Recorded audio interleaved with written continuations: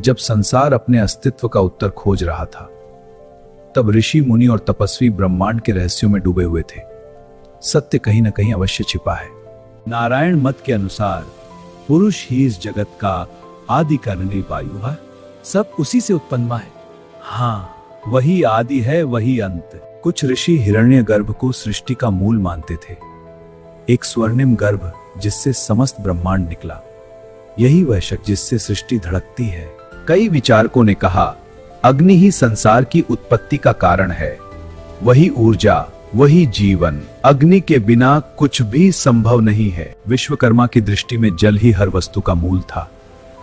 संसार जल से उत्पन्न हुआ। यदि जल ही मूल है तो जल कहां से आया? यदि जल ही सब कुछ है तो अग्नि कहां से आई? वायु कैसे बनी? शक्ति किसने दी?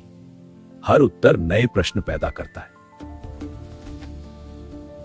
विश्वकर्मा ने कहा, पुरुष ही सबका आधार है। वह आदि में भी है और अंत में भी है। वही नष्ट करता है। वह अकेला, फिर भी संपूर्ण संसार उसी में निवास करता है। उसकी चेतना महान, उसकी शक्ति अस्य। वही हमारा पिता है और वही मृत्यु का स्वामी भी है। इसी समय एक नई चेतना जन्म ले चुकी थी। सत्य केवल कल्पना में नहीं, जीवन में होना चाहिए। बुद्ध सभी वैदिक ऋषियों को आदरणीय नहीं मानते थे। उन्होंने कहा, बारंबार में, भगवान क्या वे गलत थे?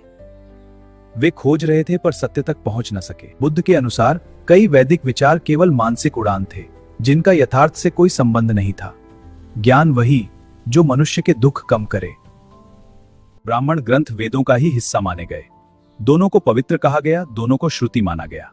लेकिन गुरुदेव, यदि कोई प्रश्न करे तो? प्रश्न व्यवस्था को कमजोर करते हैं। बुद्ध ने वेदों को अंतिम सत्य नहीं माना। सिर्फ परंपरा से कोई बात सत्य नहीं हो जाती। स्वयं अनुभव करो। हाँ गुरुदेव। बुद्ध का मानना था, ऋषि सत्य की खोज में थे, लेकिन वे अंधेरे में भटक रहे थे। केवल कल्पनाओं से मुक्ति नहीं मिलती है। बुद्ध ने दर्शन को नया मार्ग दिया, तर्क, अनुभव और करुणा का मार्ग। मनुष्य का उत्थान उसके कर्मों से होता है। एक ओर वैदिक ऋषियों की सिर्फ कल्पनाएं, दूसरी ओर बुद्ध का यथार्थवादी मार्ग। बुद्ध ने भारत की चेतना को आकार दिया और आज भी सत्य की खोज जारी है।